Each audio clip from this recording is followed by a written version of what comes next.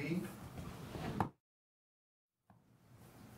Good morning, everybody, and welcome to the Developer Hangout for May 9th, 2018. That's today. Today is today. Oh, that works out. We have a little echo coming from Tony's side with the monitor right now. We love when this happens because it's super weird hearing ourselves talk, and it's fixed. Hooray! We got there. Let's introduce everyone, shall we? First, to my far right, lead CID developer William Pagani. I prefer to go by Pilwagani, but, you know. We'd have to change the way that your name is spelled on the screen. Oh, sure. It's like a code name. Pilwagani. In the middle of us, team leader, our boss, mentor, hero, source of inspiration, William Schoonover. Sure. Development manager at Privateer Press. Why not? I'm Hungerford. Hello. He's here. I'm the Organized Play developer. Today, we're talking about Exemplar. For those of you watching, let's go over briefly what you're looking at in case this is new to you. We stream 3 times a week. We do Tuesdays at 10 a.m. Pacific, the weekly Rumble, where staff get together, try not to say curse words on accident, and we play games. Company of Iron, try that hard. War Machine, Hordes. You know, when you're in the heat of the moment, things just happen. It's true. When Schick is in the heat of the moment, things just happen. I'm looking forward to us being able to play Monpok on the weekly Rumble coming up soon. Soon. Hopefully soon. Wednesdays is what you're watching now, 10 a.m. Pacific. It's the Developer Hangout. This is where we usually talk about upcoming things in the various games we make. Usually a lot of CID talk, and today will be no different. We're talking about the Exemplar CID updates. And Thursday is by far the best stream we put on. It is Get Your Paint On with Dallas Kemp, where Dallas is going to paint hobby. And he always does something new and creative and takes your questions and talks to you about painting stuff. So if you're watching this on YouTube later on, we have 2 chat screens up in front of us. So if you see us look off to the side, we're not spacing out. We're looking at, we're streaming right now on twitch.tv/privateerpress. And people are talking to us, and occasionally we'll read someone's username, say their question, and answer whatever it is Try to they're asking. pronounce their username. Yep. So today we're going to go over the Exemplar CID Week 2 changes, and then we'll answer some questions at the end, and we'll try to get a few of them as they come up as well. Best important question right now. DM Leach. I'm going to pronounce it that way. That's Dan. Sure. Why isn't Liam one of the accepted short forms of William? It is. It is. My nephew's full name is William, and he goes by Liam. You can really chop up the name any way you want. Like Ilium, you could do it backwards. No. You could spell male. Bill is unacceptable. Mailable? Bill, Yeah, Bill for William is not okay. There's no B in the word. So There's no B in the word. You can't they just took the ill and added some other garbage in front of it. Yeah, no. I'm sorry if you're named Bill. Oh, I respect Bills. If your name's Bill, that's okay. But if your name's William and you go by Bill, I just don't understand you as a person. Sure. Let's start. Okay. What? Yeah. Yes. Excellent. So today we had an update. Yesterday. Yesterday we had an update. Yeah, not today. It all blends together. Sometimes it's in the morning right before the stream, but last night we put it out right before we left for work. We did indeed, which is pretty exciting. We did a whole bunch of stuff this update. When we started the CID, we were talking about Krios 2, and we had some very minor changes in him. Like I think we tweaked around his command and tweaked around his mat a little bit because we weren't quite sure the direction the players wanted out of Krios 2. And instead of doing something like we do with Agrash 2 during Primal Terrors, where we thought we knew what everybody wanted, and we were like, no, this is exactly what we want. And then we changed a bunch of stuff, and then everyone was like, that is not what we wanted. We're like, oh, okay. So we got our feedback this time beforehand, and then we changed from here. So using a lot of the stuff that came from CID, we were able to sort of rework Krios 2 into, in my opinion, a very exciting caster that brings a lot of different stuff to the table from other casters. He's really unique, yeah. And he's also got good separation between Krios 1 and Krios 3. Yes. Yeah, which is super important. And that was something that we were really trying to do, is we have several other casters like Harbinger, like Vindictus, that can really deliver infantry very well. So we tried to give Krios a different way of delivering his infantry, and then, of course, give him sort of a different playstyle from those 2 casters. So, and we can even, do you guys want to talk about some of the other, just really briefly, we talked about a lot of different things based off your feedback with Krios 2. For one example, something that kind of hit the cutting room floor was for a while we were considering making him sort of the Exemplar Jack caster, but then we looked at what else was happening in Protectorate with Durst, with Amon, and we kicked around some ideas, we looked at everyone's feedback, and then we realized there's a more interesting way we can go with this. There's better things we can do, and we can still have some elements of unique Jack opportunities and utility with Krios 2 that doesn't exist anywhere else in the faction, which you'll see when we go over the changes here in a second. Yeah, so let's jump right into it. Krios picked up Tough, which actually he doesn't need to get because Paragon of Faith will give him tough. But we just put it there so there's no confusion. It's clear that way. Yeah, so there's no confusion. So he actually has tough twice. So take that, guys, I guess. Double tough. Double tough. And then he lost Tactician Exemplar because you're going to see that pop back up later on a different model. We wanted to take that off of just a specific caster and kind of give it to the entire theme force as a whole if the players chose to take the model. He picked up Life Trader, which is one of my favorite rules. Everyone knows that Morvana 2 is my girl. So she's got Life Trader. Scar 1 also has Life Trader. Very powerful ability. Lets him take damage to gain additional damage dice on his melee attacks. Yeah, so super duper good. He hits incredibly hard now. Yes. And consistently in combat. Yeah, and then Life Trader, of course, gives him that interaction with Inhuman Resolve, which was an ability that he had that was very fluffy and very like thematic, but it wasn't really being used. It wasn't doing anything, yeah. So we don't really like abilities like that. We want you to have some type of use for an ability if it's going to be on the card and take up space and real estate, essentially. So Life Trader sort of lets him heal from that Inviolable Resolve by using it. Paragon of Faith, we mentioned that a second ago. Paragon of Faith gives all Exemplar models in his command range tough. And Bodyguard USA does note that that gives the Shrine tough too. It does currently. Because it is an Exemplar model as written right now. Correct. That is almost certainly going to change. Sorry, 1 second. Hey, Tony, our Facebook chat is not appearing to us, and we don't want to miss a moment. Yeah, it's good now. Single moment. There, we have got it now. Real quick question from Steven on the chat. Yeah. It says, what stats do the dev team look at when deciding the legacy models that go into CID? Sure. It's really just a holistic, what's the faction look like? Where are the things that we don't think are performing right? It's not necessarily, oh, we want to look at everyone's points values or we want to look at everybody's damage potential. Or whatever I would like say that. we start with what makes sense for the CID. For example, even if we thought really Deliverers needed something, they didn't fit in the Exemplar CID. So we look at first what makes sense. Then we're all really in tune with the community, what's going on in the tournament, stuff like that. Like Pagani and I pay attention, and I know Oz does as well. Like you'll see this on social media all the time. Like we're always really paying attention to what's going on and keeping our finger on the pulse of the game. And so a lot of it is kind of instinct at this point that we know what we want to touch, what we're interested in changing, and also sometimes we will. We've reached out to people in the community before and just talked to them briefly and said, like, oh, what do you think about this or this and stuff like that. And so we do our market research as it was, but a lot of it is just knowing. Yes. I think it's the best way to put it. Yeah, well, I mean, I think it's a lot of stuff, right? We can look through tournament results and see what hasn't even been included in a list. We can look through the Facebook groups and see what people are talking about. But I'm saying we already do that, right? Sure. Like we already do that, so it's already kind of built in here. But there's also something to point out is not everything on our checklist makes it into every CID, right? Yeah. So like there are certainly some models that are still not operating at the peak levels that we would like them to be operating at, but we can't make it too big, essentially, or it gets very overwhelming for both players and for us. We try to keep these to a limited size so that they're not crazy. Because we might come into it saying, well, we want to rework like 4 or 5 models, but we pare that down so that we're not doing big giant things. So not everything gets in large quantities. Yep. Is essentially what's going on there.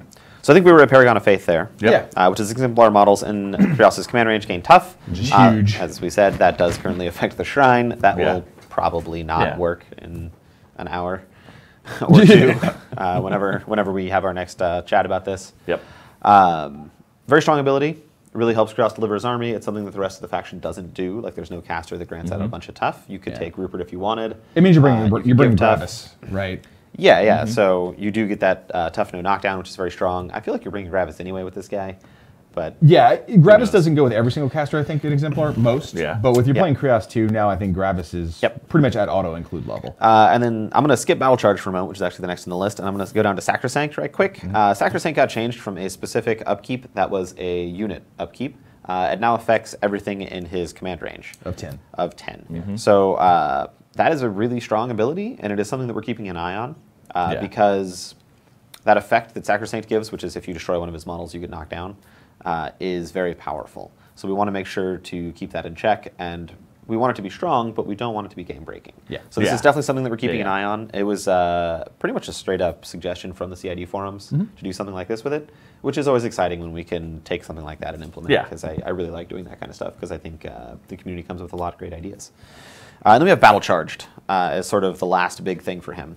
Hungerford mentioned a little bit ago that we were talking about him sort of as a jack caster. And what Battle Charge does to me is it says, hey, maybe you are going to take 1 extra jack or 2 extra jacks outside of his jack points. Because this is a unique ability in Protectorate. And it combos very well with things like the Blessed from the Exemplar Conviction Theme Force and things like that, right? We see Protectorate very commonly as a mixed force where it has infantry and jacks in both lists, and we like to keep that flavor here. So by giving him sort of this singular jack spell that is very powerful, you can see a little bit more going on in his lists than just like take a bunch of dudes and run at people. Yeah. So.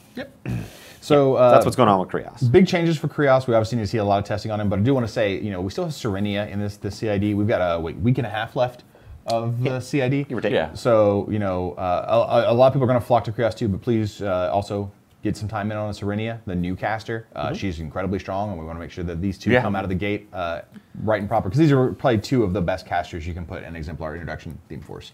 Like Harbinger, Krios to Serenia, right? Yep. Yeah. Oz, do you want to go over Fire Salvation? Points cost drop. Easy. Bam. Okay, I'll take the next one now. But why did we drop the point cost? Well, compared to I want to. You want? No. You want to hear me? I know everything that changed, but I came late to the meeting. Excuse me, because of another meeting, so I didn't hear necessarily all the reasoning. But I'm guessing. Oh, we thought it cost too many points. That is why the point dropped. Yes, nailed it. No. So we saw a lot of feedback coming in about the Fire Salvation, specifically compared to things like Crusaders, where he was a significant amount of points more than a Crusader, and he was doing more than a Crusader, but maybe not 6 points more than a Crusader. So whereas they have similar weapons, obviously the Fire Salvation now is 2 mat higher than a Crusader. It's got its imprint. It's got Righteous Vengeance, or whatever that version of that's called on Warjacks. So it does do more than a Crusader, but we weren't quite sold that it was doing 6 points more than that on a Crusader. So we dropped it a point. So next up would be the Judicator. Judicator went up to speed 5, and if this change sticks, so will the Revelator. This will not just be a Judicator only change. Both of them will go up to speed 5. Basically, again, looking at where Colossals and Gargantuans are, looking at the changes we made, reading all the battle reports that came in, we realized that this thing needed just a slight tweak. We want to see just something really, really small, especially given how much changes already occurred. Like this thing got an incredible power increase. It did. And speed 5 just helped it be more relevant, helped it be more interesting in the games. And so we're going to test it out for a week or so, see what we think. I mean, the math's pretty easy to do of what that does to the threat ranges, and we'll see what everybody else can do with it. So. Yeah, I'm excited about Speed 5. I think it just gives it a little more push on the first couple turns, which can really increase its scenario play. Yeah, and there's been some questions in the chat. It's moved on beyond that. And people are asking about the Colossals and the Gargantuans and if we're ever going to look at them as a whole. And we are taking these chances with these CIDs to reevaluate them when they fit. And there's no plan right now to do something like that Battle Engine CID where we just look at only Colossals and Gargantuans. So Dragon Pup here asks, if the Speed 5 changes does go live, will it filter down to the other Speed 4 Colossals that are done with CID? No, it will not. We're not saying that you shouldn't ever have Speed 4 Colossals. We're just saying that at the moment in Protectorate, we don't want to see a Speed 4 Colossal. Yeah, and the reason that would filter down to the other one is that we like to keep things that are built on the same chassis, kind of with the same stats. Yes, as close as we can. Tony here points out that we are having technical difficulties with our Facebook chat, but Twitch chat is great. So if you guys hop on over to Twitch chat, we can get you, and we're going to keep working on trying to get the Facebook chat to work here. Yeah. We're not ignoring you, just right now we can only see. Facebook chat pops up and then does weird stuff, and then comes back again. Pilwagani. Yes, sir. Thank you for calling me by my true name. Absolutely. Bump it. Squid? That you have to. Bastions had some major changes. Bastions Incinerators got pretty spicy in this episode. Why don't you tell us all about Bastions Incinerators? So Bastions are going to pop on up from 11 to POW 13 on their halberds. Yep. Their boppin' sticks. And they swapped out set defense for defensive line. So set defense gave you +2 defense against charges and impact attacks, I believe. Yes. Which is a great rule. I love set defense. Yeah. But defensive line is just a little more consistent, and it also helps them survive a little bit more against things like Warbeasts and Warjacks because they're not going to be charging as much. Yeah. And then, of course, that POW 13 combined with the defensive strike from last week is pretty powerful. So they're now defensive Yeah. strike, Mat 7, POW 13, weapon masters, which is just really good. So and it's kind of a give and take, but defensive line is typically better than set defense. So you can take away defensive line by picking out a couple guys, right? If they're not base to base, they don't have it. Whereas they would always have set defense if they get charged. But again, set defense is only on a charge. Yep. So it's a give and take with the defensive line being the slightly stronger option. Plus the no knockdown is just always while they're base to base. That's going to be useful when they're being shot up if they've got tough from Krios 2 nearby, and say that Gravis is somewhere else doing stuff with his horse, who knows. So this is a power increase. absolutely. Yeah. And it is one that we are, I'm not going to say concerned, but are very closely watching because this is quite a large bump, and it's something that we've never really done before. With this like high power weapon master defensive strikes on a unit. So it's definitely something that we're going to be keeping a very close eye on because it could just be super busted. So yeah. And then Incinerators, sort of the foil here, changed quite a bit as well. They went down in power. So we're trying to make Bastions sort of the harder hitting ones, which is sort of a disconnect from their original fluff. Bastions were supposed to be very defensive and like take charges and stuff. That's not really the direction we're trying to go with them at the moment. Incinerators are moving into that role. They went down in power, so they're not quite as hard hitting as the Bastions. They went down in points to compensate for that. And then the Officer also received the same lower in POW and picked up a new mini feat. So he no longer has Litany of Fire, which I love that name, by the way. I hope we can get that. Oh, yeah. We'll find somewhere else. And he picked up Defensive Formation, which is from the Iron Fang Pikeman in Khador. What that does is it is a mini feat that essentially says no matter what order you give, you also get to shield wall and you gain reposition 5 for the turn. So it lets you charge, attack, do a bunch of stuff, reform back into shield wall and shield wall, which is super powerful. It lets you run in shield wall, which actually isn't, it's actually better to walk in shield wall because these guys are speed 4. So the reposition 5 gets an extra inch, but never mind that. You never know. You never know what's happening. So I think this is a very, very powerful upgrade for Incinerators as well. Once again, something we're keeping an eye on. We haven't really had a mini feat like this on a medium base unit before. So it's something that we are interested in seeing how that plays out. Oz, would you tell us about Vengers? Exemplar Vengers got a few changes. Their strength is 7, which is a bump up. Bump up, yes. And then their arm went to 18. Yes, also a bump up. Yeah, so they just became a little bit hard hitting and a little bit hard to kill. So the argument here for why these changes happened to Vengers came from a bunch of different posts in the CID forums and stuff, and a couple from Facebook, where Vengers and Ulans were very similar, but Vengers had to have one of them basically die or get damaged to become the same stats as Ulans. And we're not saying that like comparing across factions is good, but I think it really drove home the point that this like really cool ability of battle driven that we really want to see doing a lot of stuff for these guys wasn't really hitting the mark, right? Because they were just worse, and then with it they were the same. We want them to be slightly worse, and then with it be better. Slightly better, yeah. So this little bump here sort of puts them in like a great spot for this battle driven to really shine. Real quick, Red Death on Twitch has a question. He says, a question on the determination of melee ranges. Is it definitely by weapon type, damage, model size, or something else? It's some of all of that. It depends on the model. I mean, take a look at Vilman. You know, Vilman's sword doesn't look that huge, but he's like a master swordsman who can reach out. He knows how to strike, and that's why he's got the long reach. Harbinger, she's only got a half-inch melee range, and that's because like she's not like she's guided by Minoth's will to automatically strike, but she's like up there floating on chains. Like she doesn't have a wide attack range around her. And then sometimes it's just, you know, this is a polearm. It has reach. This is a dagger. It has half-inch reach. It just depends on a variety of factors. And during the transition between Mark II and Mark III, we did some things like that to unify some of those things, and we increased all of the heavy jacks to just a 1-inch range across the board, unless they had a longer range weapon, just to make more consistency and to make those guys function a little bit better. So it just depends on the type of model, and usually it's led by the art, excuse me, but not always. Now, if you give all the zealots that are holding her to the ground halberds, they all get reach, but they don't have mats or attacks, so it's unfortunate. Their hands are a little full at the moment. Exemplar Bastion Seneschal. Yes. So, another spicy one. I'm going to go over this one because I realize Ship it. I haven't covered any of them yet. Get it, girl. His POW went up because the Bastion's POW went up, and we wanted him to go up as well. Because especially if you look at his halberd, talking about weapons, his halberd is bigger than theirs. It is like the blade is longer, so we're like, there's no reason he's going to hit weaker than It's a can Bastion's. opener. He picked up set defense. So whereas the Bastions changed from set defense to defensive line, we're like, well, he needs something that's sort of the same training, but obviously defensive line's not going to work because he's not a unit. So now he's got set defense. By the way, with his new Jack Marshall abilities, his new, what's the word I'm looking for? Drive. Drive, thank you very much. His new drive, him and a Devout are like best bros forever. They come in, the defensive strikes just murder you. You got flank on the Devout with the defensive strikes. It's just those two side by side is incredibly, incredibly strong. And then we've talked about Tactician Exemplar moving. This is where it went. If you're bringing the medium-based Exemplar, Tactician is going to be incredibly, incredibly powerful. Even if you're running just waves of Knight Exemplar, having a single Seneschal in the back with a Devout next to him is going to be very strong. We're actually, one thing we're paying attention to the testing is him and like a Devout combo too strong? Like, is it too much? It is a heavy point expenditure, unless you're just taking him for free. But so you're also, however, losing the spell immunity on your caster.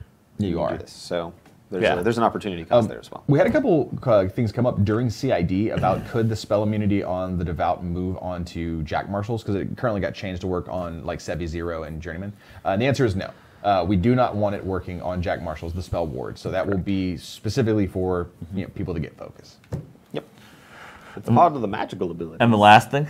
Last thing is the Shrine of the Lawgiver. This I was in the meeting for this. Please. Well, that's all you. Then. So its command went up because it needs its command to collect souls and things. And then we realized that it was having a little bit of trouble early game because it needed something in your army to die to start doing stuff. And so we gave it Well of Souls, which says it begins the game with 3 soul tokens. Because your other option was to bop your own guys. Yeah. You could walk up and like sack some choir to it effectively. And while it's not particularly unfluffy for Protector, right? Like they're willing to die for the cause. Yeah. It's kind of weird to like have that be the intention for Protectorate. As a gameplay experience, we all remember like putting your guys into the spawning vessel, right, and creating the Congo lines of people in Legion just like whipping each other in the back to fill the spawning vessel. That's a weird thing to do in a game. Like, as we're just sitting like, hello, I would like to play a game of War Machine with you. How are you doing? Good. Shake hands. All right, turn 1. What are you going to do? Well, I'm going to murder my own guys to put their souls in this giant shrine. Okay, cool. Which I think can work for some factions and some mechanics and stuff, but I don't think it's really what we wanted out of the shrine specifically. And you can still do it if you want. Yeah. But this kind of takes that interaction out because now you don't have to do it. And if you want to do it later in the game, you can. And we didn't give it that ability like other things have that generate D3. Yeah, we don't want that either. Because we want this thing to start powered up, and then the faith of the dying people around it to keep it powered up. Yeah. So it starts with some ammo, and it gets more as your army dies, but it doesn't create its own. Acrostor on Twitch says, hey, in Convergence, we murder our own guys and put their souls in robots. Well, it's not murder, technically. I don't think they die. They don't die. Their flesh dies, but their soul lives on inside a metal body. We're about to get into a weird existential crisis question here. So I don't think it's murder. I don't think it's murder. But what is murder? But what is murder? We do have a question that I want to talk about from Stumpy Fjord. Great name. Great name. In general, have you discussed the propagation of tough no knockdown? Oh, just went off the top. And factions and how things like that changed was essentially the question. From Twitch, we're going to scroll back up so I can get you the whole thing. So tough no knockdown, not so much as It jumped. It's keep jumping. Not so much as a power level or swinginess thing, but essentially, should we add in more things that deal with it and things like that? Yes, we have discussed a lot of things like that. And while tough did change from the Mark II to Mark III exchange, I don't think it's necessary. Personally, this is me talking personally. I don't think it's necessarily a problem to have tough no knockdown, even in a lot of places. I think it's an interesting mechanic. I think it is something that you can play around as well, right? Like if you don't want to deal with tough no knockdown, you should kill Gravis. Or bring Grievous Wounds. Or bring Grievous Wounds, and you don't have to deal with tough at all. So I think I think the ways to play around tough no knockdown are already in the game, and they don't necessarily shut a bunch of stuff down, right? So there's also a bunch more things like Takedown running around, Grievous Wounds, like all those things that ignore tough. We've been putting a lot of Entropic Force into the game. So whereas there is a larger amount of tough no knockdown, than there was, say, at the beginning of the edition. I don't think it is ubiquitous, and I don't think it is necessarily a problem because the tools currently exist in many, many, many places to deal with this kind of stuff. Sure. We had a couple questions throughout the chat asking about the upcoming RET CID, which we mentioned before. Let you know, we're not going over any of the RET CID stuff yet. We are very focused in on Exemplar, so no spoilers, no teasers on the RET CID. It exists. It exists. It's the one after this, before Tharn. And there will be a break. There will be a break. So don't expect it to start like the week after this one ends. But so just no spoilers yet. We said that when we first announced it, so we're just letting you know. Sorry, guys. Not gonna happen. No. We also have a couple of people in chat talking about the Lance rule. We're not going to be changing anything at all with the Lance rule. That is not going to be changing. Neither is the close combat rule that goes along with it to really make it function. Bring it up if you like. You'll get your thread locked and possibly infracted. But I've said it too many times. It's not happening. Dorian Clampett, DGC, as I like to call him. How's McKay and the Rayless Interceptor shaping up? Talking about Crucible Guard. Sure. I guess. Are we talking about the model? Yeah. I would assume. Dorian, talking about the model or the rules? Department. I would say that you'll see more about the model soon, and everyone will get their hands on the final rules very soon. But if you were in the CID, you have a pretty good idea of what they do. You got any other questions you want to answer? Oh yeah. That name is very green, and I can't read green because I'm going blind. But someone asks, what do you intend for the roles of the new models and the changing models to be? That is something that I could talk about for probably like 6 hours. But in general, I think our patch notes are giving a little bit of hints there. And you can also read into the rules themselves a little bit. So Bastions are a little more offensive, Incinerators are a little more defensive, Vengers are your speed option, Knights Exemplar are your basic cheap line troops. What did I miss? Errants are your scouting, advanced deploy Pathfinder, ranged attacks. Yeah. And a lot of this, by the way, if you go to cid.privateerpress.com, which is where you sign up, read all the rules, read the content updates, and post your battle reports, that's where you'll get the best information. Just a reminder for everybody on Facebook right now, the chat is acting up for us, so if you're asking questions there, we can't see them at the moment, so sorry. They pop up every now and then, but like it's not consistent, so we're not ignoring you. But yeah, cid.privateerpress.com. Please go there, and you can read exactly what you said. The intent, the concepts, check a look at the concept art, all that good stuff. Yeah, and there are a couple people asking about models that are not currently in CID. If it's not currently in CID, it's very unlikely that it will get added to CID. Yeah. So any of those other legacy models that you want to see changed, not going to be this time around. Maybe next time. Sorry. Yeah, you'll notice that Rovan and his Honor Guard are not in the PDF. Yeah, they're not in the PDF because we don't really want to discuss We them. made that tiny update to make them work differently in the Exemplar Theme Force, and we're done with that, and it's settled, so we're not going to include him and his buddies in future changes. Dragon Pup says, is it intended that Krios 2's new Sacrosanct does not trigger on attacks that remove from play, because it only triggers on destroy? The answer is yes. Test it as such. Let us know what you think. But we often like to allow for counterplay in certain abilities, and being able to RFP to get around the Sacrosanct or having no knockdown are good ways to counterplay. Otherwise, Sacrosanct is, if there's nothing you can do to get around it at all, then that's not great. Especially for a really powerful ability like that. See if there's any other questions. Seems like we're wrapping up. You got a couple more seconds here to get any questions in. So that's an interesting question. Another green name. It looks like One Up Kid. One Up Kid. Man, your name is super green right now. That was hard to can't read that at all. Real green. They've heard that the best time to sign up for the CID forums is when the new cycle starts. Is that accurate? It's not? No, I would actually prefer you sign up the day before it starts so that I can get you all approved up and ready to go. But signing up for CID does not get you right in. We manually approve people just to make sure that we're controlling the flow and we don't get spam bots and all that kind of stuff. And right around the CID starts is when we're our busiest. Yeah. Dealing with getting the CID that going. Morning, hundreds and hundreds of people are signing up. But if you do it a little before or even a week or two in, you can get in still. Time. Yeah. Yep. Yeah. All right, everybody. Well, let's go ahead and go over the schedule one more time, and then we're going to check back in, and we'll get out of here. So a couple things. First off, don't forget, Lock and Load is next month. My God, Lock and Load is next month. I got a lot of painting to do. It's a little bit over. It's a little bit over a month away. So there are some tickets left. pplockandload.com. You can go check out all the events. You can come hang out. If you want to play Monpok or maybe like Undercity with Oz, he'll be there. Monpok. I don't know if Monpok. No. Oh, you won't be able to play Monpok? I don't know. think we know yet. Oh, it's a secret. You'll be able to play Undercity and Widower's Wood then, level 7. Yeah. If you want to play War Machine with Will Pagani, Whatever. if you want to come check out the keynote and all the cool stuff we have to say, if you want to get into a fist fight with Tony, who's running this video right now, Don't do that. This is your do chance. that. But this Don't is your do chance. Don't do that. This is your chance. Yeah, don't that do or that War at all. Machine Weekend. If y'all want to go get sushi, I'm free around like 7:30. We can go get some sushi, whatever you want. pplockandload.com. Come hang out with us. It's a good time. Yeah. Streaming wise, though, don't forget, everyone, 3 days a week, Tuesdays, 10 a.m. Pacific, weekly Rumble. We play games. Not Monpoc yet, but I can't wait till it's on there. Wednesdays, Dev Chat. You just watched it. Thursdays, get your paint on with Dallas. Monpoc, can't wait for that. Can't wait for that. It's going to be a good time. You know, watch us live, twitch.tv/privateerpress, where all your questions will get answered. Not all, just most. Most. Some of your questions. Some of your questions will as get we see fit, Yes. will get answered. Yeah.